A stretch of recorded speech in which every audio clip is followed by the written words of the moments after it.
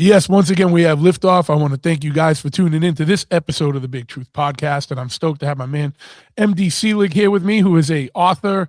But besides an author, he's got a roll call behind him of experiences that are all they build off each other, and he's got a wild background that makes him a perfect guest for the show here. He's a decorated Marine captain, combat pilot, squadron intelligence officer, or was it a former squadron intelligence officer. Got 5 air medals, including the Combat V for Valor. Also a writer, producer, director. He has projects on Netflix, Showtime, Amazon Prime, and author of the new international best-selling psychological thriller Hush, which, if you're into aliens, government conspiracy, deep state deception, mind control, any of the stuff that we've talked about before on the podcast, you'll be into that book. So it's a great fit. But MD, I know you're on a pirate ship out in the Caribbean somewhere, or the Pacific. I mean, how's it going, man? I just thank you for joining today, and it's good to have you on, and I'm stoked to talk to you. But thanks for coming on. It's an honor to be here, Josh. It's great. So you're on a boat out in the Pacific. I am. That's awesome, man. I think you're the first guest I've had on. I've had guests remote from all over the place, but I think you're the first one that's on a boat. So if we see you rocking around or anything, we'll understand what's going on. It's moving a little bit. Hopefully it'll stay stable for you, but you can hear the creaks in the background. I think my microphone is probably canceling out the noise, but yeah, it's pretty fun. Yeah, we got the full pirate background going on. Yeah, absolutely, man. That's always been like a sort of dream of mine, because I've had a friend that's like lived on a houseboat and stuff, and it sounds like it's awesome until it's not. It's like awesome, and then when it's bad, it's like it really sucks. You know what I mean? Well, like you're. I mean, you already look the part, Josh. I mean, Blackbeard's got nothing on you, bro. You just put the lit fuses in your head, with the potassium nitrate, so that when you go into battle with your sword, your head's all on fire. That's what you do. But yeah, all you need is your ship, and you're good to go. Bring your motorcycles right on board. Absolutely, yeah. We actually did a motorcycle show out here on the USS Salem, and which is a old warship, and we had the dock, and we had some bikes up on the boat, and it was like at sunset. It was like the perfect thing, you know what I mean? But yeah, man. Right now my budget, I'd have the dinghy that comes out to see you on your boat. It's all good. But yeah, man. So I know we want to talk about Hush, but I want to get into a little bit more of your background. Sure. Before are you totally out of the are you still a Marine? Are you out of the No, I got out in 1993. Okay, so you've been out for a long time. Yeah. But so you were flying missions in like Desert Storm and stuff, huh? Correct. Yeah. I did. I got out of college with a history degree from the University of Arkansas and went into flight training for the Marines, which is essentially Navy flight training, and then was selected for jets. And after going through kind of intermediate and advanced jet training, which is where you learn to land on the aircraft carrier, then I was sent to my gun squadron. After going through a thing called the RAG, which is the replacement air group, where you learn to fly, I was selected to fly A6 Intruders, which is an all-weather attack jet. They don't fly it anymore. It's now a 2-seat F-18. My jet was a kind of a Vietnam era bird, but it was still a kind of a workhorse during Desert Storm. So in 1991, my squadron arrived on the southern tip of Bahrain, which is the island just off of Saudi Arabia. There was an expeditionary airfield there called Sheikh Isa. It was top secret at the time. It no longer is, but it was a big NATO base. So we landed, and there was, jets from all over the world. And basically I think it was only like a week after we landed, I think January 11th, 1991 is when the air war started. It was only, if you remember, the Persian Gulf Operation Desert Storm was only an air war. There was no ground troops went over the fence. It was just 43 days of air combat missions, and there was like 2,000 sorties a day, meaning there's 2,000 flights from B-52s to small attack jets, helicopters, everything you can imagine in the air 24/7 for 43 days. So it was just kind of an onslaught. Yeah. And at that time, I was the squadron intelligence officer. So kind of the way I got to writing Hush, and I'll try to close this little segment out, and then you can go anywhere you want with it. But Sure. it gave me a strange feeling because I was flying missions, obviously combat missions, and it had really nothing to do with weapons of mass destruction. And then I was the intelligence officer reading all the top secret briefs that were coming through, not only for our squadron, but worldwide traffic. None of that had to do with weapons of mass destruction. But then I would go to the officers' mess to eat, and we had a big screen TV there, of all things CNN, and it was all about, how they're saving us. American forces are saving us from weapons of mass destruction. But at the time, I just knew, like, this is not, there's something way messed up here. There's got to be Yeah. a different mechanism turning this. It's not the American government. It's not the American military. The media certainly isn't aware of what's really going on. Looking back now, I just, that's kind of what kicked off this kind of search to pull back the curtain. Hence that led to writing Hush, which is kind of your covert history from about 1940 forward. And most of it deals with alien traded technologies, alien transactions with humans, and how we got to where we are this moment. So it should be a fun read for you. Yeah, I can't wait. I'm gonna put that order in tomorrow on Amazon, or probably when we get off, so I don't forget. Before we even get in, where's the book available? I know it's Amazon. Do you prefer someone get it from someplace else? No, they can. It doesn't matter. They can go to mdselig.com, and there's lots of links. But certainly on Amazon, there's the regular and then the Audible as well. So whatever works. It's a 22-hour Audible, so it's a lot. But Yeah. it's fun. I think you'll enjoy. You'll learn a lot about what might be your actual history. Sure.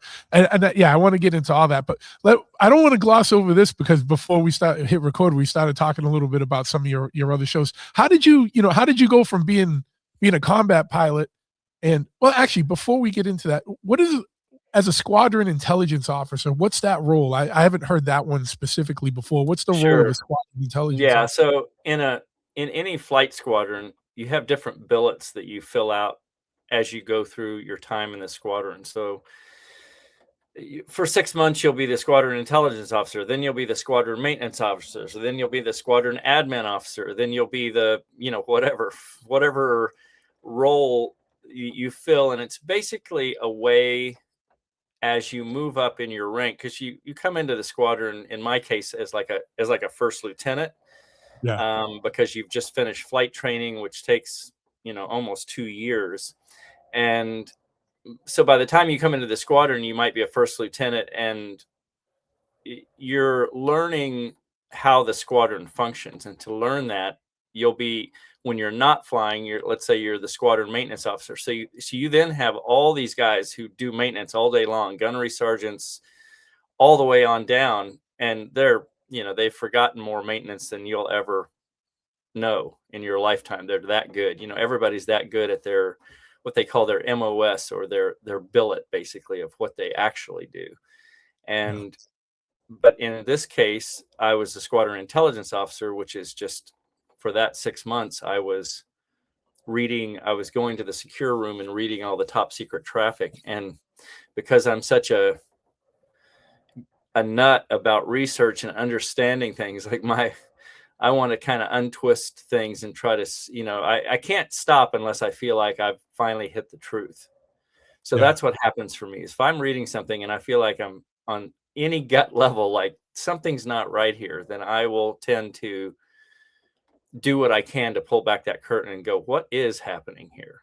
Sure. And so that's what led to that. But that's what I was during the war. And it was fascinating because I knew the night we were about to take the bombs over the fence, and we knew we weren't bringing them back. We had already been told, like, tonight at such and so time, we're going over the fence, and we're not bringing those back this time, which was a big deal because I wasn't planning on being in a war. But to get back to your question, I had always been a storyteller.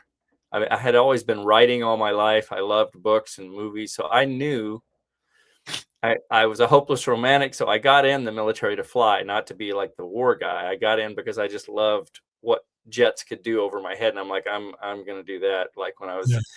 high school or whatever, and then I got my private license, and then in college kept training, and then subsequently was lucky enough to get through flight training. But so that led to, once I finished a tour as a pilot, I got out immediately. I didn't want to go fly big commercial jets. I thought I'd be bored to tears. So I went right down to LA and started writing and acting. I was like in Zero Dark 30 as an actor. I mean, you can look at my IMDb page. It's under MD Selig, but so there's a bunch of stuff on there that I produced.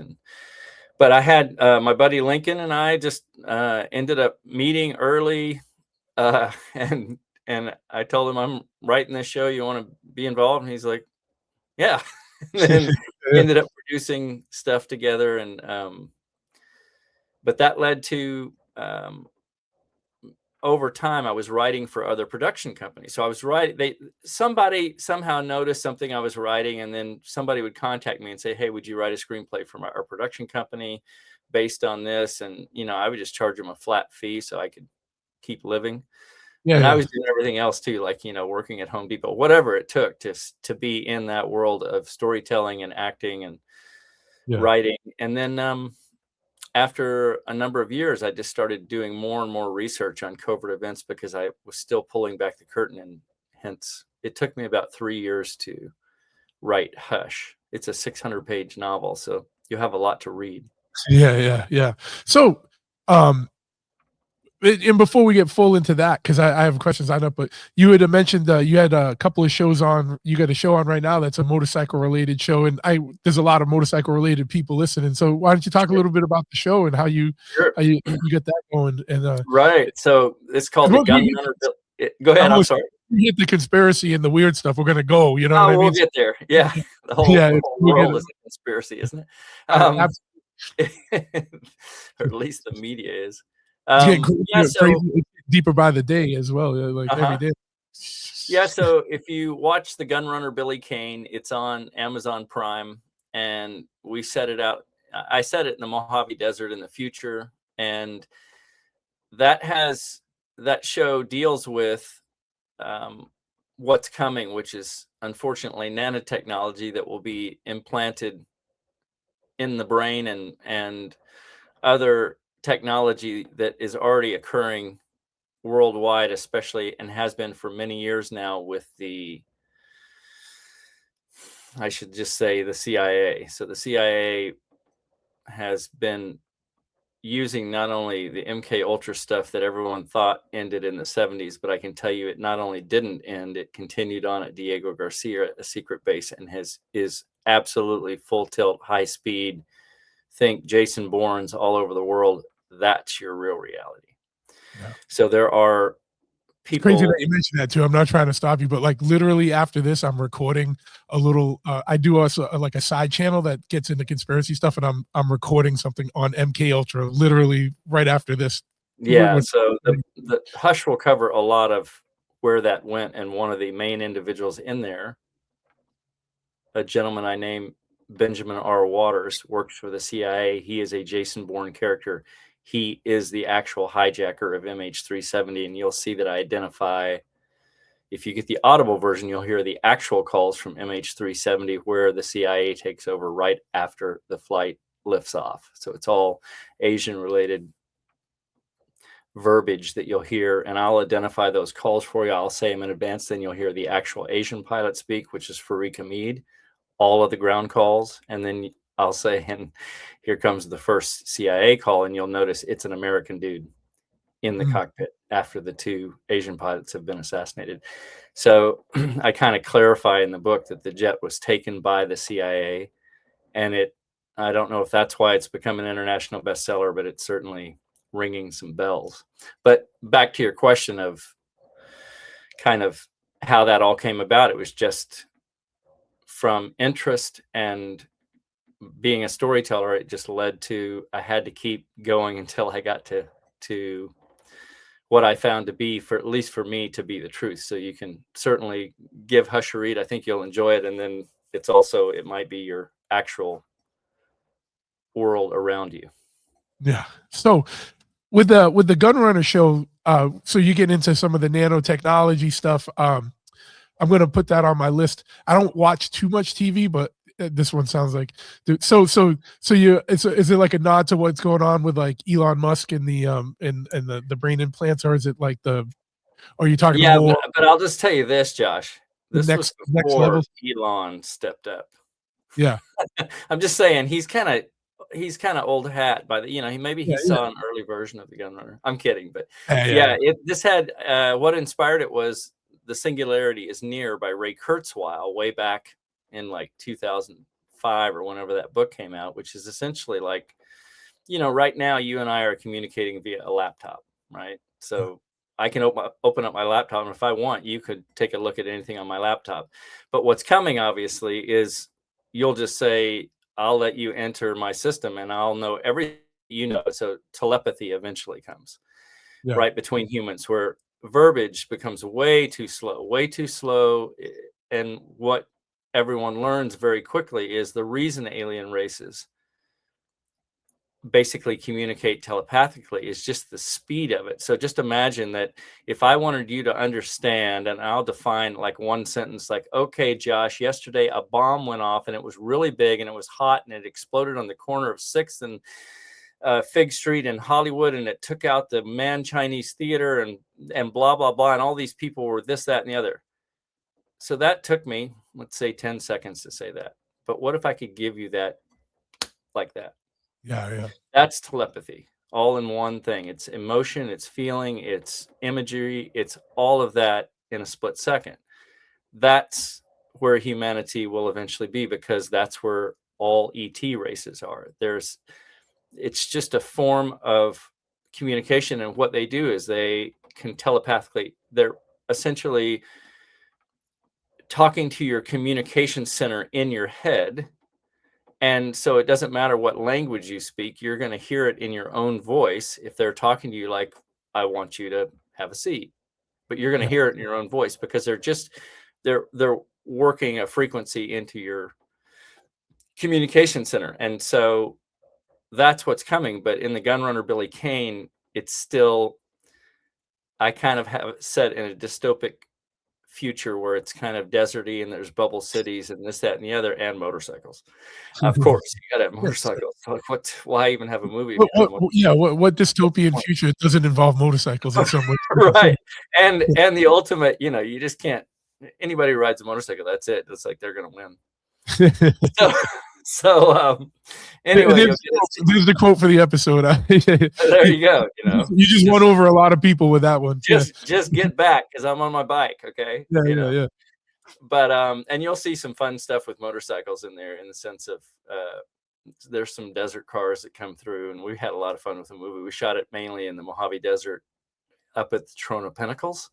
So if you've never looked that up, that's a fun place to ride, where there's well, you'll see in the movie there's 300-foot spires, and you're out in the middle of flat desert for 7 miles. Like, there's nothing around, and these spires stick up, and you'll see that you might recognize it like from some old Madonna music videos. They shoot a lot of music videos out there, but it's just an incredible place, just outside of Ridgecrest, California, about 20 miles outside of Ridgecrest. So it's pretty fun. Yeah. So uh with like the narrative of that is like, or not even I'm not want to get into the narrative of that, but so you think with these things like, like neural net or whatever, brain implants, you think that's where everything's going, where sooner or later we're going to talk via some kind of computer or AI assisted telepathy, just because it's a more streamlined mode of communication, or a little. It's only a stopgap. And the reason I say that is, where we are going as multidimensional beings, we're about to step in, and it's happening right now this year. We are stepping into what we are, which is multidimensional beings. And the reason that the malevolent aliens have been here, and I cover this in the book, is because of fear of what we're about to be. And the reason disclosure is happening now, the amount of stuff that's going to come out this year where you will absolutely know we are being welcomed into the galactic community, because there are a lot of ET races here to watch this uprising, this evolution that's occurring right now. You're going to start getting a ton more information. Trump just released a little hint of like, oh, we just used some weapons in Venezuela that the Chinese and the Russians, it's all alien traded technologies that have been reverse engineered. They're just now starting to let you know that. And you know, by the time Elon releases his 1,000 ships a year, I can promise you, you will already know that we've been using anti-gravitic propulsion for decades. Like the TR-3B flies daily out of McCord. It has been for a decade. Flights to the moon, flights to Mars, flights out of Station D, which is Area 51. So all of that is now going to come forward very quickly here. And you're going to find this year is an exciting year. It's going to get a little rough before it gets better. But I'm only saying all that because telepathy is part of what you already understand and know that you've just forgotten. All humans have the capacity to do telepathy. It'll have to be tweaked a little, but you won't need any technology in your body. When humans step into what we are, you'll have telekinesis. You'll have it. You'll be able to move a mountain with a few humans if that's where you practice the powers that you have. We're that powerful. Sure. And this is stuff, you know, I've been exposed to and read about it for a long time. And I didn't know if you were saying that, you know, it was because, you know, everyone is born with these potentials. What do you think right now why has it been, you know, there's a lot of, I'm trying to figure out, there's a lot Fire of away. I'll give you both barrels, Josh. Don't hold back. Just say it. Oh, I know. No. It's not that I'm trying to hold back. I'm trying to formulate which one I want to go. My brain's Right. in a million directions. And these are all huge questions. But what do you think? I want to get into the whole disclosure thing. But as a separate, like, just going on what you've been talking about, where, you know, people are born, people do have abilities, and you can see it. Like, I know people that have like psychic capabilities or like empathic capabilities. But why do you think, or how, and has it been a planned thing to keep it suppressed in the population? And based on your estimation, like, you seem to have, you know, you're in the know on some things, you know, and I won't get into how you know or whatever unless you want to. But like, you know, like, why do you think everything has been lying dormant in humanity for so long? And is that a planned thing? Is that a control thing? Or is that just people forgot type of thing? It has to do with fear. And the fear comes from the malevolent alien or ET races that are here. Yep. Because if you think about it, the malevolent races that are here, that are working with all of the multinational corporations, not just governments, they came here because of fear. And people would say, well, why would they fear us? If they're that technologically advanced that they can travel here, they could have just killed us all. It has nothing to do with that. It has everything to do with wanting to control humanity because of what we offer. What you're going to find very quickly here, and you may already know this, it sounds like you do on many levels, is that if you talk to secret space program personnel, people who have been in space, even folks who have been abducted, sometimes from malevolent races, sometimes from benevolent races, a lot of them come back with understanding that the ET races look at humanity as complete royalty. And if you ask the question, well, why would they look at us as royalty? I mean, we're so primitive. We are. And what's wild is they don't care about that. They're like, no, you don't understand. It's not your technology. It's what you guys have the capacity to do when you step into who you are, which is love, right? And here I am, you know, whatever, macho combat pilot. That's all BS and details. I mean, it's true. I did fly in combat. I'm just saying, this is the superpower that a lot of alien races, they have no concept of emotions.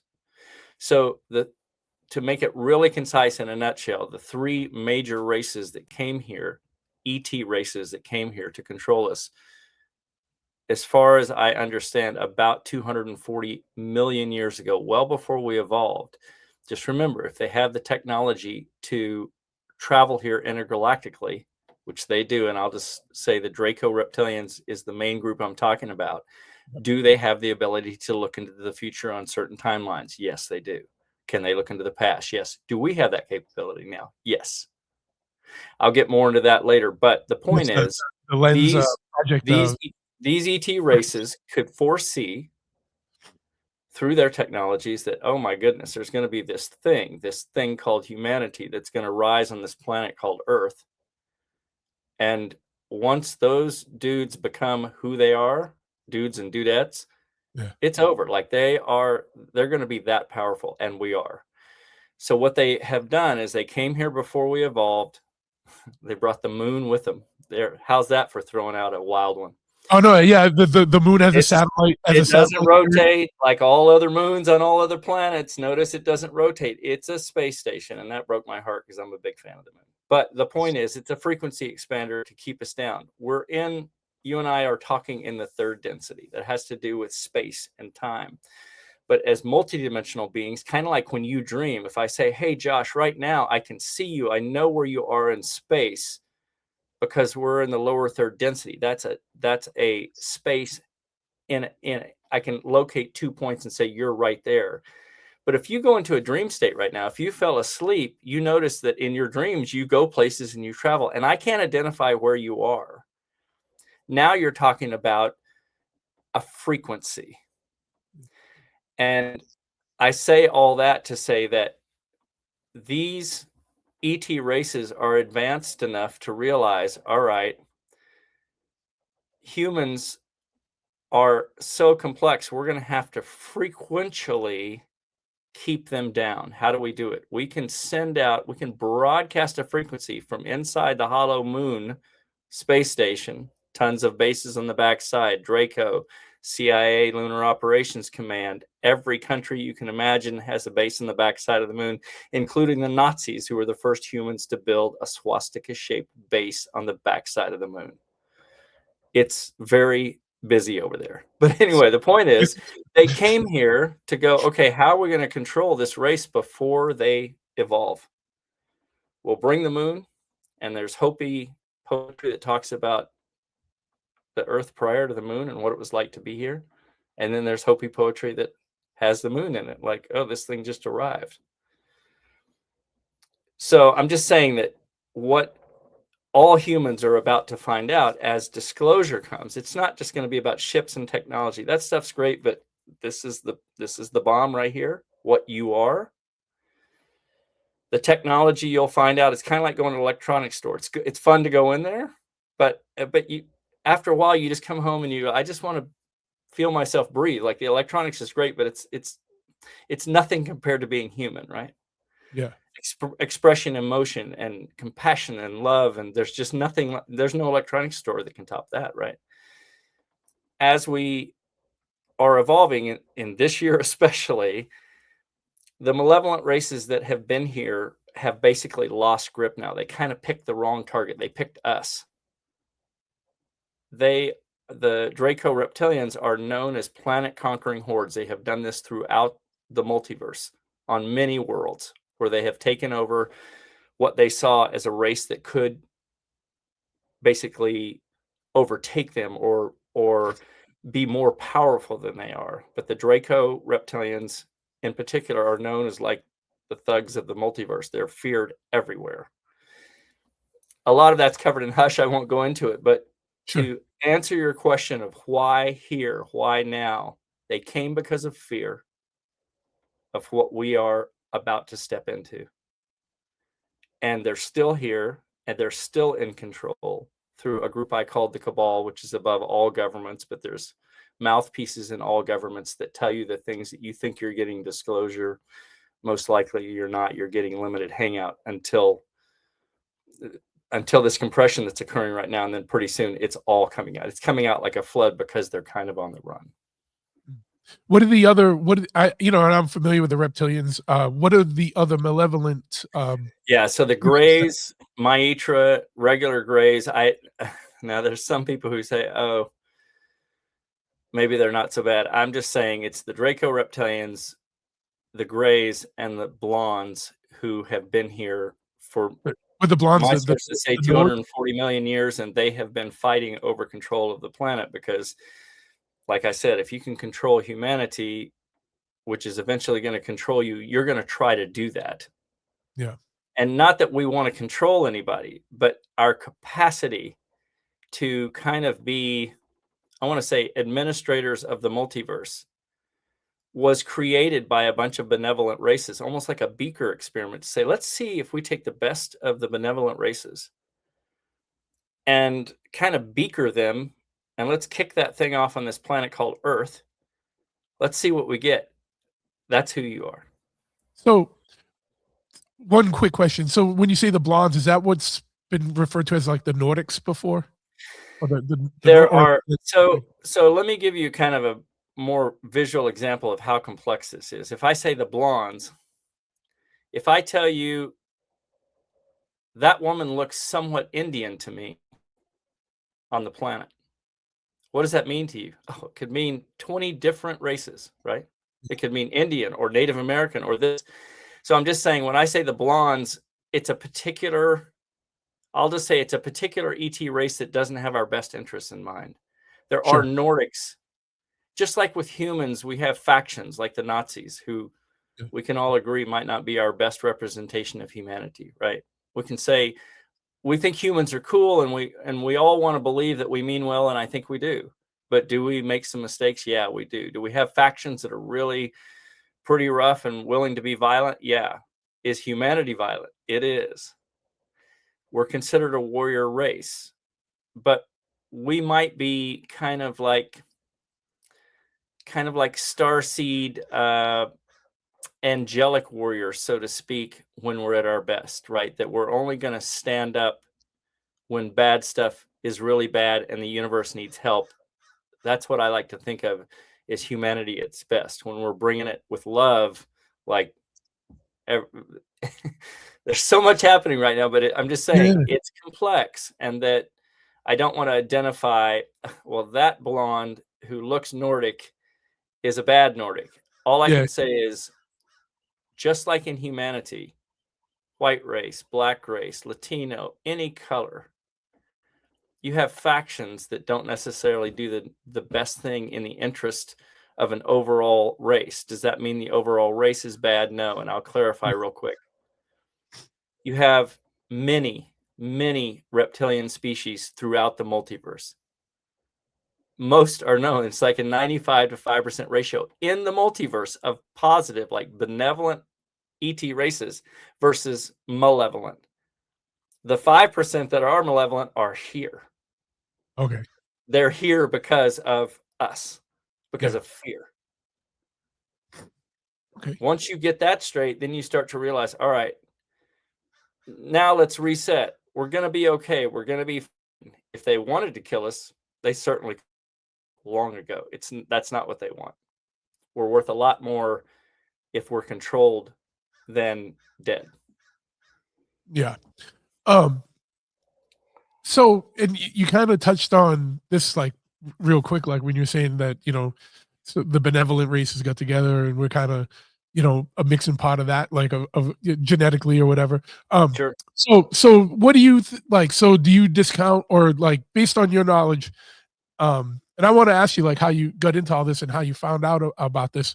But like, does this discount the whole like the Anunnaki theory, like where No. like No. Nothing's discounted. No religion, none of it. So let me be clear about that. No path that any soul has taken. I mean, I'm a recovering Catholic of all things. I consider myself spiritual, but not religious for the last 30 years. However, nothing is discounted. So if you believe in Jesus, Allah, Bigfoot, it's all still valid, every bit of it. I'll just say it kind of a simple picture. If to go inside and get quiet from your heart, not from your head, but from your heart, requires you to look at a Bible and look at a particular image, and that works for you, bingo. That's your way of getting to where you as a soul need to get today. We all evolve at different rates. None of us are ascended masters, so to speak. Everybody has the capability to tap into your superpower, but everybody uses different venues to get there. Some people will swear by the Quran. Awesome. Does that get them to a state where they're feeling love? Cool. Bible? Cool. You want to read a spiritual deal of Rumi? Cool. My point is that all of it is valid. And at the end of the day, everything that you're seeking, and all the masters will say this, Rumi, Buddha, all of them, you know, your kingdom, your queendom is within. Yeah. It's not out there in a book. It's not in an image. But if those help you to get to that quiet place where you open this orchard, then that's the ticket. Use it, whatever it takes. All I'm saying is use it every day. You know, have your little cup of coffee and your little breakfast. Turn off your technology. Find your quiet space for just 5 minutes a day. When you step into what you are from the heart, not from here, switch this around. Let your brain be the decoder of your heart. This is where all the benevolent races will eventually want to communicate with you. They communicate from the heart. And even that is far, far below what you are. And like communication with ET races and technology and all the stuff that you're about to see, which is beyond all your imagination in the most magical ways. All of it, I will promise you. Space travel, everything that you can possibly imagine that's super cool. Star Trek, beyond that, beyond Star Wars, all of that stuff is already happening and has been for eons. This right here, what's in here for each human is far, far more unspeakable than any of that stuff that's out there, right? Yeah. So yeah, that's huge. What do you think? So when you say, you know, that there's, whether it's benevolent or malevolent, Mhm. extraterrestrial, or now, you know, a lot in the world of ufology and everything right now, there's a lot of discourse on whether things are interdimensional or multidimensional or extraterrestrial. You know, what are your thoughts on that? Are some of these beings like not necessarily from somewhere else, so just another dimension, not another planet, or and then, you know, also, you know, I want to expand on it, like what you know is, you know, we're talking about the moon as a space station. Do you think there is like a hollow earth? Do you think there are stations, hidden things here on the planet? You know, Antarctica comes to mind, or like, you know, deep ocean stuff or whatever. um you know, I there's a lot to go on. You know, I'm just picking your brain on some stuff, like what your thoughts are. You know, I'm just, you know, and if I'm throwing random things out there, it's fine. We can try and string it together. But You're going to be very excited. This planet is honeycombed with civilizations that have been here long before we evolved on the planet. yeah. There are military operatives now even giving discourse. Like, you can go to Dr. Michael Sala's show and listen to JP. He is constantly sent on these missions. Certain individuals, as you know, you have certain friends that are more psychic than others. I tend to think of humanity like, let's just say an individual human like me. Let's say I have 10 antennas, but my one antenna in the psychic realm is just longer than yours or better than yours. And maybe this woman over here has one even better than mine. They're going to pick her to go on a mission, because the reason is, what we've been finding over time, this is over decades, is that if there's a 30-mile long ship now being melted, the ice over it in Antarctica, and it's being revealed because it's 30 miles long, which is the truth, and they can't remove it. In other words, this is a problem for the cabal, this small group that's been controlling all the technology. This is a problem because they don't want, you know, up to this point, they didn't want humanity to understand that there's an alien world out there for a number of reasons. Now that things are being revealed at such a rate, this compression that's occurring literally this year, there's so much information coming forward, the cabal can't even stop it. The malevolent races can't stop it. In other words, you're going to know that we're not alone. But getting back to your question, it's known that there are multitudes of races within the planet. They have their own biospheres. They're below the oceans. They're deep within the crust. They're in the crust. Reptilian races that I never got back to. All of them benevolent. All of them want humanity to flourish. Why? We're the surface dwellers. We protect the surface. And the surface can get hit by meteorites or anything else. And many times our civilizations have been destroyed. These civilizations long ago decided to go into the earth. It's a lot safer in there. However, because of the crazy volcanic style roller coaster that us surface humans live on, because of that, because of us getting through all of these generations, and we're still here, and there's millions of us and billions of us, and we're all these different races, and we've managed somehow to not blow up the planet yet. That's why we're seen as this just incredible kind of unstoppable force, because we've managed it. And other races don't want to do that. They'd rather go on the earth and just kind of have a quiet, safe. We're like, oh no, we're cowboy, bring it. What are you going to do? You can't stop humanity. We're the badasses, so to speak, and we're willing to kill. So I'm just saying, we have goods and bad sides. We have to kind of learn to control the violent side. We are considered a warrior race. But like I said, I think the benevolent races realize we are the good warriors who can administer the multiverse in a much better way, and we can handle the bad guys literally with love. So that's why, to kind of answer your question, everything that you can imagine in Star Wars was already there when George got that script. It was already there when Steven got the script for Close Encounters of the Third Kind. Positively, the exchange that you saw with Grays coming off that ship and astronauts going on occurred before Steven got that script. Steven Spielberg. Yeah. Before George got his script for Star Wars, all of that was occurring. He just named Darth Vader, but and give credit to George for that. But the fact of the matter is the reptilians were already here. The reptilians already had a Death Star. I'm just saying, none of that you see in the media, including Star Trek, Prime, dealing with the Prime Directive, everything that you see on those shows, and far beyond it, multidimensional beings who are here as energy, who don't need a ship to travel and can travel throughout the multiverse. All of that and beyond is what's available and what is here. It's massively complex and wonderful, and it's all coming right now. Yeah. I definitely want to get into disclosure and what your thoughts are for the year. But one other question I had, just because I've had different experiencers on the show and researchers, and that frame it more not as like an extraterrestrial, but more in a religious sense, like that a lot of people have been abducted. It's not extraterrestrials. It's more like Nephilim or demonic, or like, that type of situation where the malevolent things are actually, fallen angels and stuff like that.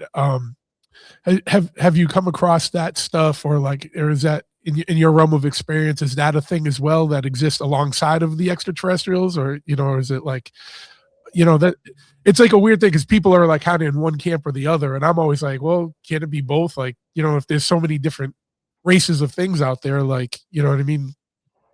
I think what's more important, so they're great questions. I would recommend that you don't focus on the distractions of any given thing. Someone can say it's a flat earth, and I can say, well, talk to 50,000 folks who've been off planet. It looks very round when they're departing the planet. I'm just saying. Yeah. All other planets are round. I'm just saying. There's not a flat planet out there. So I'm just saying, you can get distracted on things that's in social media. You can keep going out. And what I'm saying is stop. Turn the mind control around, because that's what the malevolent groups, the cabal, the folks who have controlled you for all of your life and all of my life, They want you to keep going out. They're going to keep putting 3i Atlas in the air. That's a CIA bird full of reptilians.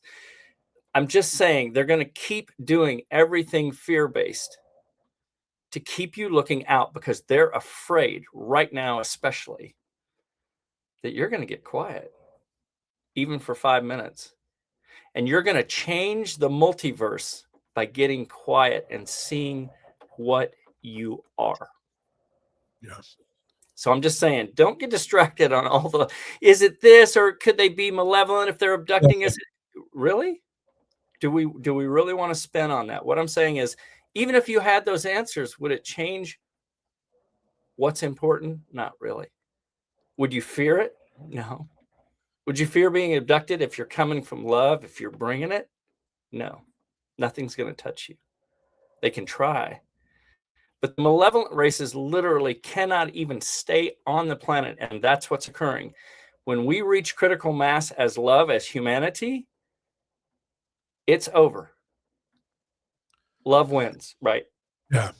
So how do you think that could occur? And this is a two-part question. One, do you think that's why things have felt very escalated in regards to, like, it's very obvious that there's more propaganda and more games going on than ever, things to keep people distracted, to keep people infighting, to keep people not looking at what's happening. You know, it's like, and it gets to a point where it's like, all right, it's so obvious. Like now, like anytime it's like, hey, even dumb things, and I'm not saying this is a dumb thing, but and I actually retract that statement, but even on things like where you have like the Epstein list, right? And it's like, oh, we got 10,000 videos of this stuff. And then it's like, no, it was a hoax. And then it's like, people are like, well, then release it. And then it's like, oh, we're just going to shut Congress and we're going to shut the government down for a month and a half while we can go in. And, there's just so much going on that's like, it's all like shell games, like shuck and jive, like, oh, look over here, but don't look too deep here, but now look here, look here. There's a lot of propaganda. There's obviously a lot of mind control or shape, narrative shaping going on. Do you think that's like because this is getting closer and they're trying to, this is like the last Hail Mary, all right, stop throwing everything at them so like we can try and keep this at bay? It's going to get a lot rougher before it gets really good, really quick here. And just like you said, even as you discuss that, Josh, just think of the spin that you just sent 400 people on going, oh, I got to look at that. I got to look at that. I got to look at that. What I'm saying is be careful, because you're really powerful. This show, all these shows are really powerful. And what I'm saying is start putting out, what you'll find is start turning people in. Yeah. If you just say, look, everybody, you can hear tomorrow is going to be 100 more fear-based things that pop up in the news. It's going to get really rough before the final transition occurs here. But at the end of the day, it's so far from what you get to experience here. All I can tell you is when you start going inside to your heart and get out of your head, turn off your technology, 5 minutes. We're all on the toilet for 5 minutes a day, Josh. We just are. So now go, all right, well, I can spend 5 minutes getting quiet. I'm going to find my little corner where there's a window. I'm going to light a little piece of sage. I'm going to create my little cathedral. I'm turning off all technology, and I'm going to defend that space. Nobody gets to come in. No kids, no parents, nobody. Nobody gets to call. If somebody wants to talk to you during that time, sorry, bro, I'll get back to you in 30 minutes. I need some quiet time. You will have molecular changes occur every time you go. And just like going to the gym, that little space where you get a quick glimpse of yourself as love, it pretty soon just opens. And then it opens so big. It's like Rumi says, when you get to that place where you're quiet and empty, experiencing yourself as what you were before you came into this avatar and what you'll be after the avatar dies, you don't. You'll never be so content. And in that contentment, when you're in that quiet, incredible space where you're expansive as love, you will absolutely know, like all of these answers that you might have questions to, and all of the spin that they want you to spin on just kind of becomes a detail where you're like, really? Do I care if people think it's a flat earth? Let them have it. Yeah. Do I care if Three-Eye Atlas is coming toward the planet? Am I going to die? I'm not. My avatar might, but I'm going to be here. I was here before. I am expansive as love, right? And that orchard that you open, it grows. It becomes a place of sustenance. It's not like an achievement where, oh, I made another motorcycle and it's the most awesome ever. And then after 10 minutes, you're like, oh, yeah, I did that. I know I got to do another one. Like, what have you done lately, achievement wise? And all of that starts to fade. You know, I don't need to do another movie. It's not going to give me sustenance.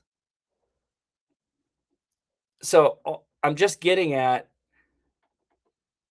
I'm trying to constantly turn the cycle of mind control going out and fear and trying to research those things and get a hold on it, because when we wake up in fear, which we do every morning, everyone wakes up in a little bit of fear. We just do. We wake up and that has to do with malevolent groups who control this planet and have for all of your life. That's where that fear is driven from. It's frequencies, even coming through your phone. I won't go into it now.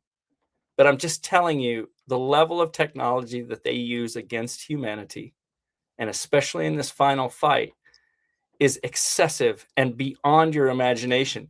But you are the superpower. Just turn it on. So I guess let me ask this. As you're a former combat pilot that flew active missions. There you started noticing consistencies on, like, what the narrative was that the rest of the country is being sold on, and what you guys were hip to, like with what was going on with that plants a seed, and then you start seeking more truth of what's going on. I guess what experiences or what happened to you in your life that, like, led you on this path? How did you come about this knowledge or this understanding? You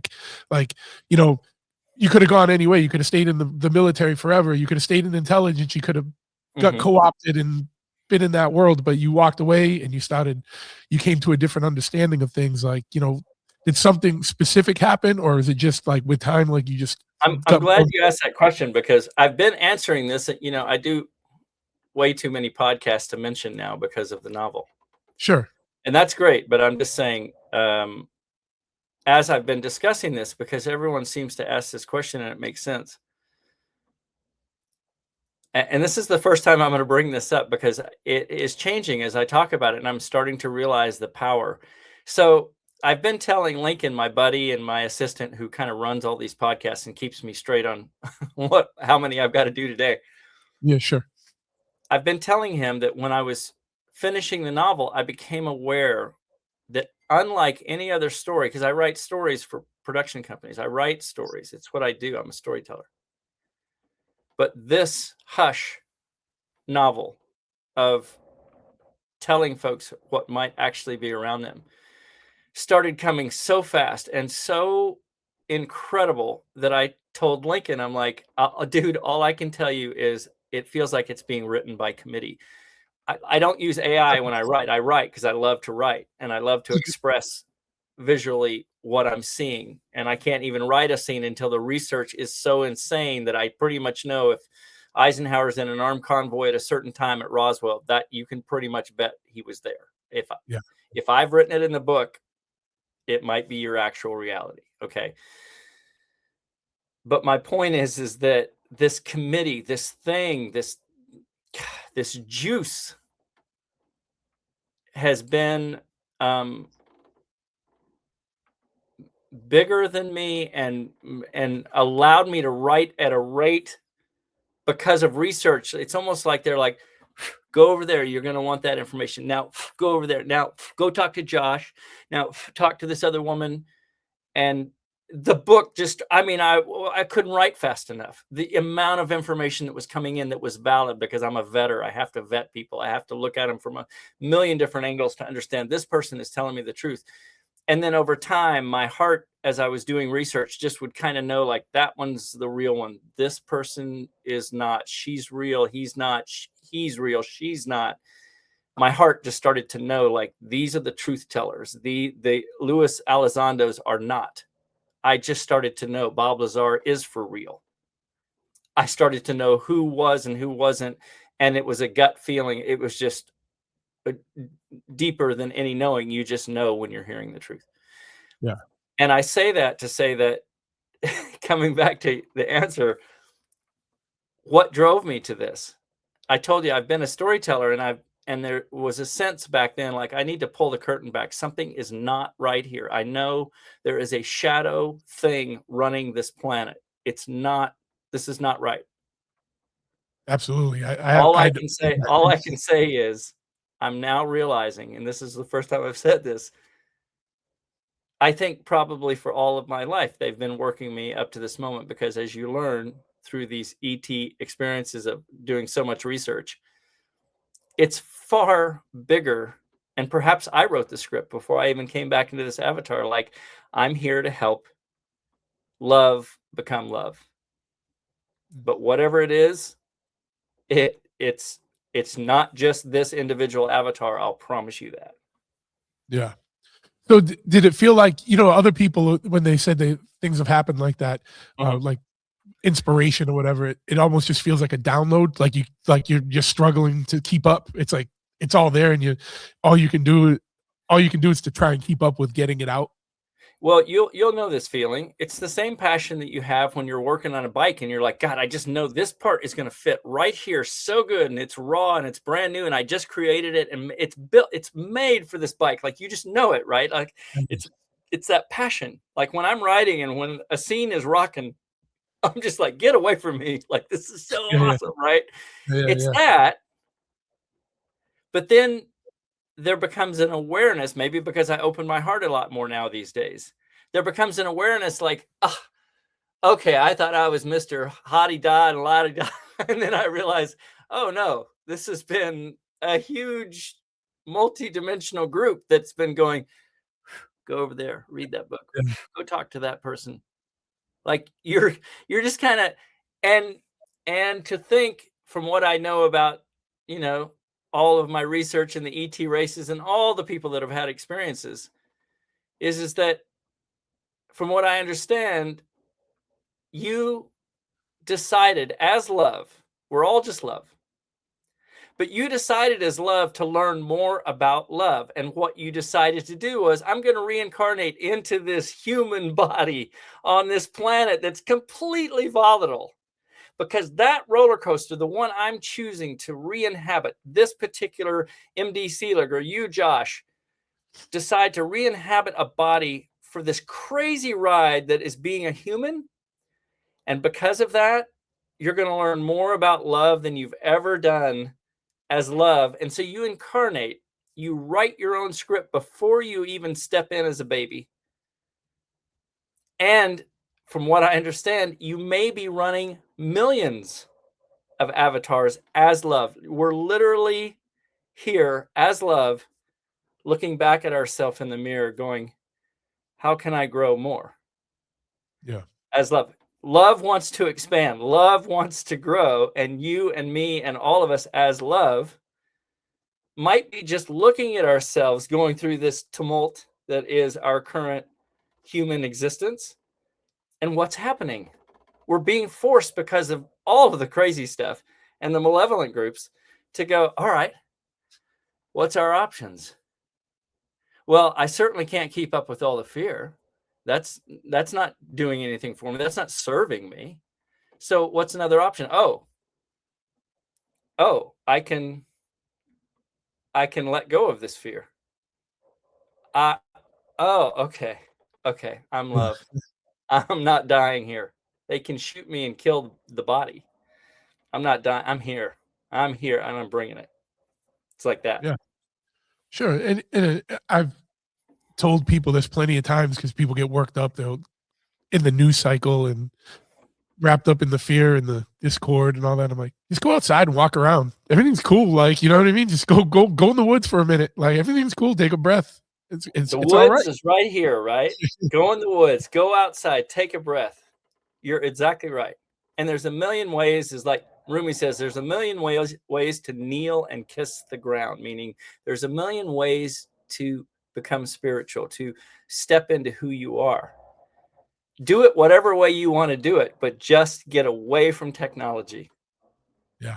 And see what you really are.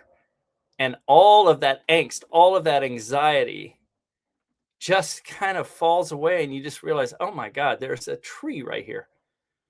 And it has leaves and it's magical, even if it's winter. It's just the details of the moment that as you come closer and you start to stand more in your orchard, you just realize all of this other stuff is just a detail. It's nothing compared to human love and compassion and what we do when we bring it. There's just nothing to touch what we are. Technology, all the space stuff, aliens coming, visiting us, who can talk to an alien, whatever. That's cool. If you want to talk to aliens, they'll talk to you. They are not anywhere close to love, in the sense of there's nothing more to desire, or traveling to another planet. It's like going to another state. You'll be able to do it in this lifetime. I'm pretty sure all of us will get to go off-world in anti-gravitic ships. We'll be able to go not only intergalactic, but many, many humans will travel multi-dimensionally, multi-frequentially, because we're really just a frequency. You can dream, and those beings that are human, that decide to, that want to work, that want to tweak that thing at the gym, so to speak, they will be able to travel as you travel in a dream, but you'll choose it now. You'll say, I'm just going to get so simple and quiet as love. I'm going to let go of this body for a while, and I'm going to travel. And that is a fact that you can do this moment if that's what you want to do. It is a power that we've just forgotten. We already have. Yeah. And it's funny because people will be like, oh, these guys are talking nonsense. It's like, no, government studied all this stuff. You know, look up Stargate, look up, you know, there's plenty of different ones you can look up and see, like, there's already been a lot of research in that, you know, remote viewing, astral travel, you know, whatever, you know. And look, at the end of the day, Josh, who cares if they don't believe you?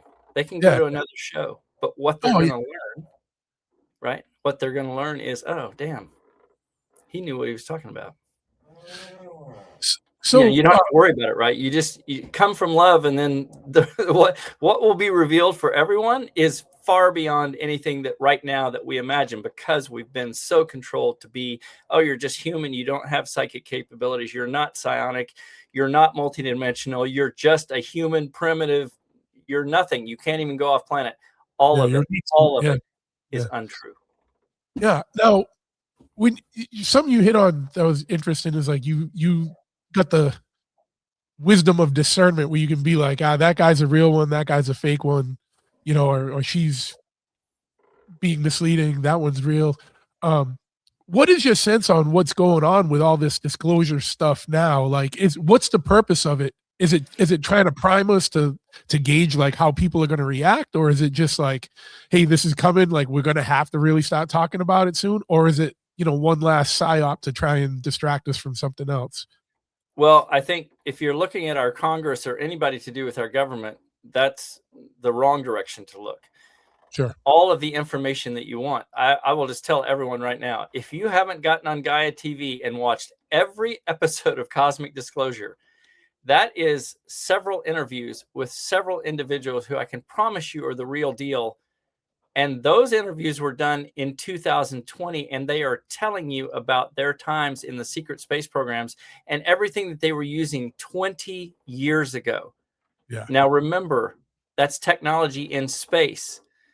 Individuals that were going to Diego Garcia and back and other places on the planet to pick up goods for space. In other words, we have been in space, not only in trade negotiations with other planets, other races, for decades, and it's available to you right now, but no one is looking at those cosmic disclosure episodes and look at the ones with the hidden truth with Linda Moulton Howe and Tactical Tim.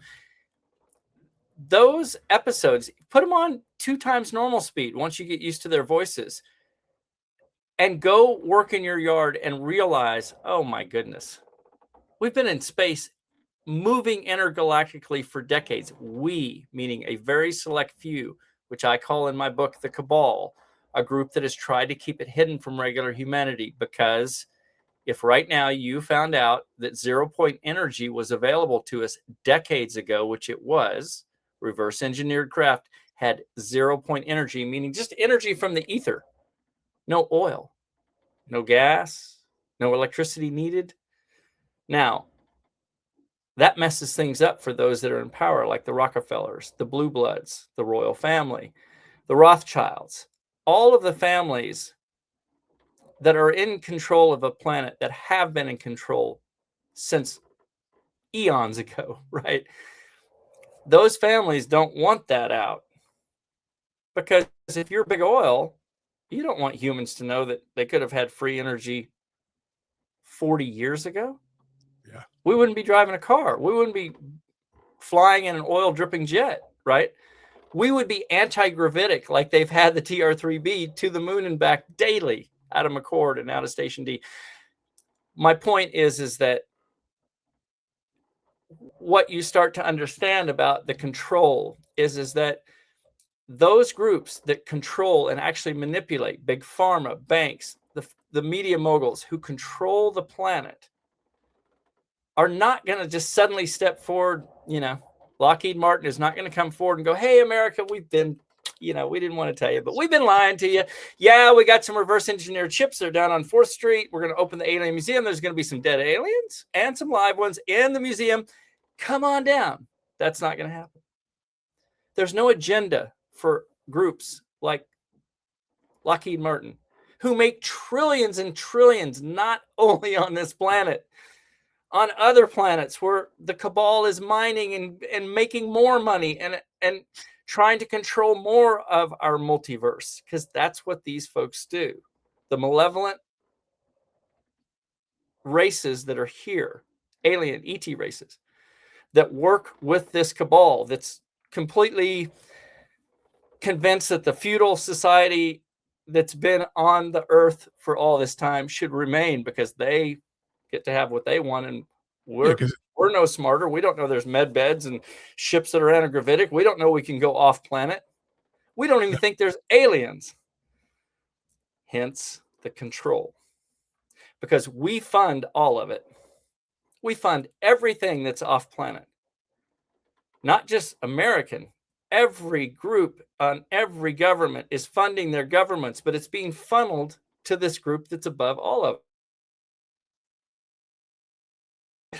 So hence, getting back, it's all kind of covered in hush. You'll get a very good basic evolution of how we came in contact with these malevolent races, where we came in contact, what years, how it's evolved now, why they control everything, why you don't know how they control. But to get back to your question of disclosure, everything that you want to know, that you've been wanting to know, like the Alien Museum, it's been available to you on Gaia for years. Just watch Cosmic Disclosure. Watch every episode. Randy Kramer, Emery Smith, David Adair, all of these folks have been dealing with alien traded technologies and alien races for decades. They're not lying. They're just saying, I don't care if you believe it or not. Here's what I just did. Tactical Tim, who's from Germany, worked in the covert programs for Germany, dealing with multidimensional beings, because he was one of those people that they said, you have some kind of weird capability. We would like you to look at this. Can you do this? That was 30 years ago. He's now left those programs and is on Gaia TV on Cosmic Disclosure talking about, well, I was brought into these covert programs to deal with the Greys initially, and I've had hundreds of meetings with Greys.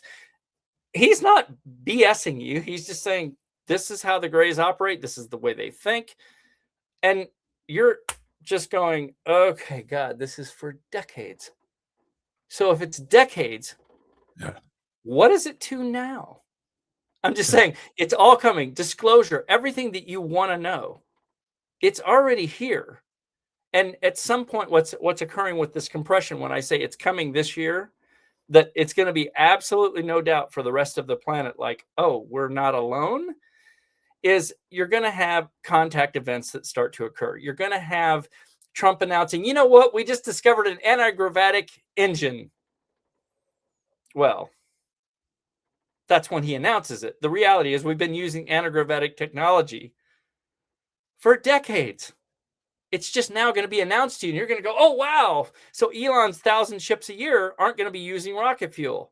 They're going to take off right from that plant where he's making 1,000 ships a year, anti-gravitic.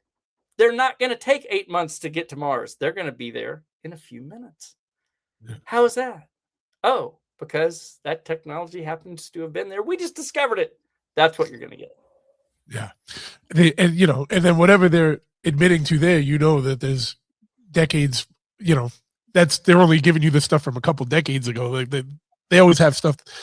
The technology they have is always like 20, 30 years out from what they release. And absolutely trust that if Elon Musk is doing what I call NASA style ships, old school fossil fuel, rocket fuel, he is also equally, if not more, involved in working with the secret space program, developing stuff for the secret space program, and has forever.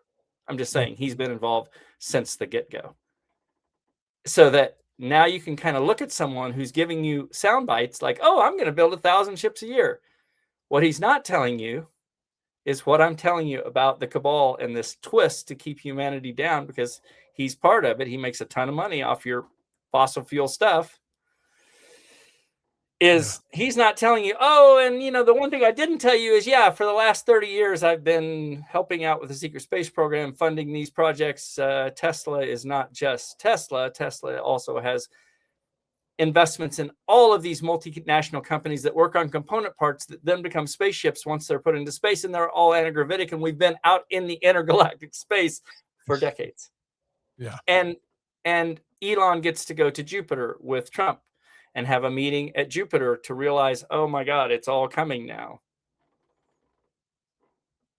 Be very clear that all of it and beyond your imagination has already occurred and is occurring, and it's complex and wonderful, but you will know if you get in here of who's giving you the truth and who's not. And for the most part, anything you are seeing on technology, and I mean Facebook, Instagram, all the fear-based stuff, anybody who's giving a soundbite about technology, that is not necessarily in your best interest. It's not Elon giving you a big reveal. Yeah. You're getting a half reveal according to the sound bites he's supposed to say. And trust me, he's controlled as well. Yeah. So what is it, this upcoming kind of disclosure, it's going to get rough before it gets better. Like, what can people do to kind of keep their wits about them during this, and like be able to have discernment and have situational awareness, like, and also just keep up hope, you know what I mean? Like, if it's going to get darker, because I see everyone I know right now is down, you know what I mean? Like, everyone's like, this is like the worst, like, business is down, this is down, work's down, it's groceries are up, everyone's struggling, even people that I know that have done well, like, they're not doing as well, you know what I mean? So everyone, it's like a down thing right now. What can people do to kind of stay above board and keep their head up and know when things are about to pop, I guess? Sure. Well, just remember, I've talked a lot about it, so I won't go into more. You have a place to go now, all of your answers. And as you go there more, as you go to your quiet place that is you, your holy place within you, right? Your orchard, what you're going to find is the dilemmas, the angst, the terror, the fear that is bringing you down will start to dissipate very quickly. When you start to realize, like, I don't have to buy in anymore. I do not have to turn on Instagram today or TikTok. And if I'm going to listen to a podcast, I'm going to listen to Josh talking about, hey, it's getting rougher on the news. I advise you don't necessarily go there. It's not going to serve you. Yeah. Let's talk about motorcycles today, or let's talk about benevolent things that humans can do from the superpower standpoint. Let's do a meditation. Let's change the narrative to something positive. Let's go garden today. What does it feel like to have dirt on your hands and just smell a plant? It's not my thing, but I might garden someday. I'm just saying that you have a million options. And if you're getting down, which everybody gets down, I get down, you honestly can literally, as a human, all humans, not just any human, all humans can manifest complete joy and complete happiness literally daily, but you have to start somewhere. And that means take 5 minutes, turn off your technology, go, I'm going to have an amazing 5 minutes, even if it's not perfect. I'm not going to expect anything. I'm just going to get quiet from my heart, not from my head. I'm just going to get quiet and allow my heart to open. I'm just saying the molecular changes that will occur for you, that you will physically feel almost instantaneously as you start to do this. That 5 minutes for me sometimes is over an hour, and sometimes it's over an hour 3 times a day because it's so damn good. I'm just telling you, defend that space, defend your quiet space. Be willing to turn off technology and tell your friends, I'll call you in an hour, and just pull your car over. Get quiet in your car. You know, you don't have to be going into nature. Anywhere you want, just go, I'm stopping this silly roller coaster of going downhill and feeling down and feeling crappy. I'm going to flip this because you can manifest. You can manifest not worrying about money anymore, and watch what happens when you do it. You're that powerful. Every human. You are love, and it's unspeakable, the power that you have to literally manifest whatever it is you want it to be, including, I want to be happy in this short passage. I want to be really ecstatically happy. Say it 2 days in a row in your quiet space. All of a sudden, you're going to go, why didn't anybody tell me this? Yeah. Now that's, super powerful stuff, and I should end the show here, but I do just want to ask you one other question because go ahead.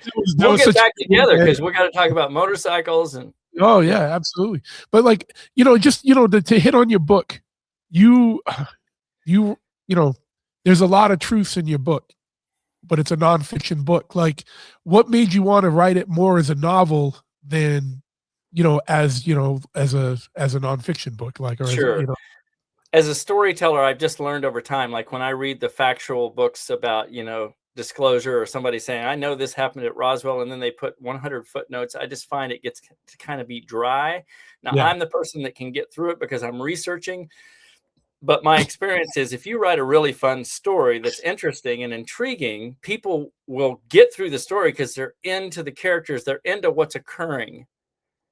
And then if they want to look behind the curtain a little bit and realize, oh, he's talking about Roswell, that he thinks this occurred, and then they start looking into the research of it, they'll be like, oh, dang, he really, wow. Okay, this is pretty darn close to what everyone says actually happened.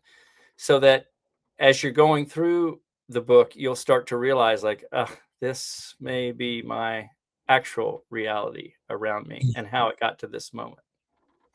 Great. And I know it's like there's probably no timeline here, but it's February 1st. It's cold, it's dreary. We gonna have a good summer? Is it gonna be a wild summer? Like, you know what I mean? Meaning, like, when do you think all this is really gonna start turning around? You said it could be this year. I think it's right now. I think you're in the midst of it as it's getting more crazy in the news. And just remember, up until this moment in time where it's now hitting all news stations, that, okay, I guess we can officially say we're not alone, because there's going to be some contact events that occur in this year. Yeah. And you're going to have, and the reason that's all occurring, the reason the benevolent ETs are going to be able to not break the prime directive, but be able to step forward and say, okay, we're here as well, and we want to welcome you to the galactic community. The reason that's occurring has to do with all of the forces that I talked about up to this moment, that the malevolent groups, including our cabal, cannot stop. So in a way, their hand is being forced because they picked the wrong target to control. And so but you're in it right now. So all of this rough stuff that's in the news is, like I said, meant to pull you away. Don't let it. Stay on target. Go deeper in here. You'll be fine. It's going to get a little rougher before it gets better. But by the end of this year, you will absolutely know that we've been welcomed into the galactic community, that we've been off-world intergalactically for a long time, and that all of it's going to start hitting home like, oh my goodness, okay, what are we now? We're this amazing race that's no longer controlled, and let's see what we can do. Yeah. What do you think the post real disclosure world looks like? You know what I mean? Is it gonna, like, how fast do you think things are gonna change for the better, I guess? Oh my. Right now, in 3 days, from my understanding, the oceans could be cleaned with technology. Yeah. Just think about that. In 3 days, the entire, because it's disgusting. I've got it outside my pirate ship right now, and I don't want to go swimming in that water. It's so disgusting. Yeah. Well, I don't even want to say what's in there. But all I'm saying is what's coming is an incredibly bright future. And I'm not saying technology solves everything, but med beds, all of the things to help humanity, the complete abolishment of poverty worldwide. There's not going to be people who are thirsty. There's not going to be kids dying all over the world.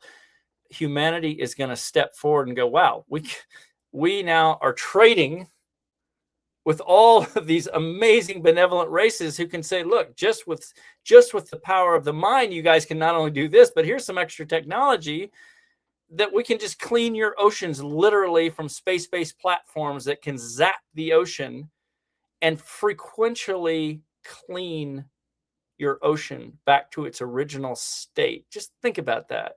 Those technologies and far beyond are available. We have med beds that you can lay on. They're alive. They'll go, hey, it's Michael Selig's body, and he's got some cancer cells right here. Let's just fix those real quick. Okay. And then his old bones on the corners are all beat up. Let's whoop. And in an hour, you get off a med bed and you're like, kind of like a baby. You're new. You're not regressed in age. But if you want that out in the world, you can certainly have that in the multiverse too, if that's your thing. That has more to do with ego and looking good. I want to look good, but I'm just saying, what is coming very quickly here is an amazing, super bright future for all of us. Stand by, go inside, you'll be fine. Nothing to worry about. It's great. And I hope that happens sooner than later. What does justice look like for the cabal and the people that co-inspired that with the cabal? Is it just living better without needing them, or is there like some cosmic justice for people that actively conspired and worked with this to hold us down? There is always yin and yang. I don't think it's something any of us need to be concerned with. Yeah. And the reason I say that is it doesn't serve you to get into anger over a particular person, because I get really, really angry because I've been aware of this stuff for a while, and I've been very isolated, knowing, like, I'll give you for instance, Donald Rumsfeld led the attacks of 9/11. Your own Donald Rumsfeld and Cheney and Bush were involved at the top level. I'm just saying, I can get really mad about that stuff. It's going to come out in Hush 2. In as far as the details of what occurred at 9/11, our own American government perpetrated that crime against Americans with thousands dying, and they knew they were going to die, and they directed those attacks to create us being able to go over to Afghanistan and Iraq to get alien traded technologies that had nothing to do with oil or with controlling the Taliban. There was no Indians involved. I'm just saying. Yeah. It's wild. I can't believe I anyone still believes the that I official that I narrative get of these. that I can get really mad and aggravated and want revenge. Yeah, Rumsfeld is dead. Cheney is dead. Bush will be dead. In other words, you're not going to get retribution yeah, for all of the groups for several decades now, that all of the main players from General Twining clear back in the day who signed contracts with alien races behind Eisenhower's back. You're not going to get retribution, and it doesn't serve you to go there. Just like being a hater doesn't do anything for you. You can hate on anybody that's famous or that you're jealous of. What does it do for you? Nothing. It yeah, doesn't serve you. Once again, let it go. The universe has an incredible way of balancing things out. You've just learned in your life, if you do something a little bit wrong, that you made a mistake, it's going to balance out. You're going to have to kind of answer to that. And all of those folks who perpetuated what we might consider like a war crime, there's a reckoning for everybody, but you don't have to worry about it. That's a love thing that you literally, it's one other thing. Just don't get distracted on it. Don't get mad about it. It won't serve you. Just let it go and go, okay, we've all done something wrong. We're all redeemable, hopefully. It's not your business to go attack to put out online, oh, we got to go after Donald Rumsfeld. He's dead. yeah. But his whole cabinet with Bush isn't dead. And you can get really mad like I do. Like I said, I get so mad I'm walking knowing I'm alone in understanding certain truths that are about to come out on a bigger level. I won't be the only one who knows. But at the end of the day, as I start to get really mad, I'm just going, what am I doing? I'm not going to solve this. It's not like I'm getting retribution. I just want people to kind of understand what may have occurred on 9/11, that it wasn't another country. Yeah. I want people to understand that MH370 was taken by our country. And Yep. our CIA isn't really even part of our country. That's a whole nother level. I'm just saying that there are things that you can get really mad about, but I want people to kind of understand what might have actually happened around them for all these years, and because you can't really understand how to evolve forward and move forward till you understand the level of deception that you've been involved in, right? So that's what I've come to understand, is the more I understand the level of deception and what humans are capable of doing, it allows me as love to go, wow, okay, I get it. I've made mistakes. These guys made bigger mistakes because they had more power. Maybe they killed a bunch of people, and I might consider that a level of bad that I wouldn't do. But the fact of the matter is, humans do things, and retribution isn't, it doesn't serve you as a love being to go after it. You don't have to worry about it. If that makes it simple, you don't have to worry about it. 100%. And but it does still behoove you to learn what's going on and get the real story, so that you can understand how deep things are, and learn how to discern what's really going on versus what they're telling you, so that just to step out of it all. You know what I mean? Like, don't get caught up. And to understand the level. Fox News lying. Yeah. Once you understand the level of deception, then you can understand how, if your phone is on right now, the CIA is using your phone to create an alternate reality, and your listeners are going to go, okay, he just went off the deep end. Yeah. You're going to find out that's what's occurring right now. You don't have to worry about it. I'm just saying the technology that's being used this moment is now through your cell phone, and mine is turned off right now, but I have to use my cell phone. There's no way around it. I'm being a little bit controlled as well. But the level of stuff, when you finally get a hint of how big it is and how long it's been going on, and how much more advanced than just humans that are running this show with the CIA, it's these malevolent groups. Just remember, if they have the technology to come here intergalactically before you've even arrived, do they have the technology to work you through your cell phone? Yes.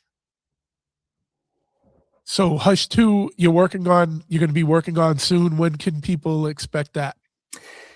Hush One took 3 years of hard writing. So, but I'm a faster writer now. I tend to splat things out a little faster on the page. So I'm hopeful. I'm going to take a little sabbatical here to get back to writing, because this podcast schedule is way too heavy for me to drop in at the level I need to write. So I'm going to disappear kind of mid-February, and then hopefully, 6 months later, I'll come out with something that's a pretty cooked piece of pie, and then I'll have my editors take a look at it, and we'll get it out as soon as we can. So, within a year, hopefully from right now, we'll have Hush 2 coming out, Hush Volume 2. It'll be a Covert Evil Volume 2. And you'll get to read about some wild stuff that's occurred in your past that you're well aware of, but it might be a little bit different take on what you thought actually happened. Absolutely. And when that comes out, or even beforehand, but I know you're going to be busy. You got an open door to come back anytime. And I look forward to having another conversation with you about all this stuff. And I hopefully the next time we talk about, the world's a drastically different place for the better. And good luck with everything. And where can people find you if they want to get the book or just find out more about what you got going on? Sure. Thanks, Josh. It's been a real honor to be on the show. They can go to my Instagram account. Again, trying not to tell you Instagram, but I got to tell you some accounts. So you can go to. You kind of have to have it. Yeah, I get right. it. So you can go to real.md or at real.md-selig. Am I saying that right? Real.md-selig. I have to look at my assistant to understand, because I'm not even on social media that much. Real.md-selig on Instagram, and you can find the links, certainly Amazon, and there's Audible as well. Please do and then mdselig.com. My assistant is holding up this. mdselig.com. They can find the links there. But if you do read the book or listen to the Audible, please do a review, because it moves us up in the algorithms, and this message about us as huge love beings about to bring it full tilt boogie will get a little bit wider. So do a review, please. Yeah. And just one thing on that, I was going to get the book, but you said the audiobook has actual like real clips and stuff too. Yeah. So if you get the audiobook, you'll actually hear, you can get on right now. It's just what I do as a former combat pilot. When I heard the calls of MH370, I knew immediately, like, well, that is an Asian dude on all these ground calls. But as soon as the plane launches, that's an American, and no one ever called it out, because that's the control that I've been talking about. That's the covert stuff of post, even to the point that they're looking for it now and spending another $1 billion on looking for that jet. I can tell you it's disassembled in a CIA hangar on Diego Garcia. It's covered in the book. That jet has been there since March 8th, 2014. And the tragic story of what occurred to those families, those passengers, the crew, is in the book. And I can promise you, if I wrote it, I don't write it as a guess. It's what occurred with those families, and it's not good. But like I said, it's good for people to know what actually occurred, and you'll get to actually see the spin of what the cabal is doing right now with the whole undersea search. It's just another way to hoodwink you off of what actually occurred. Yeah. Well, I want to, it's been an honor and a privilege to talk to you today. And I want to thank you for coming on. Anyone that's driving, or, I'll have all the links in the show notes. So you don't have to pull over and write anything down. Just check the show notes later when you're listening to this. MD, I'm going to shut off right now, but I'm not hanging up. So just hold on one second. Sure. You got it.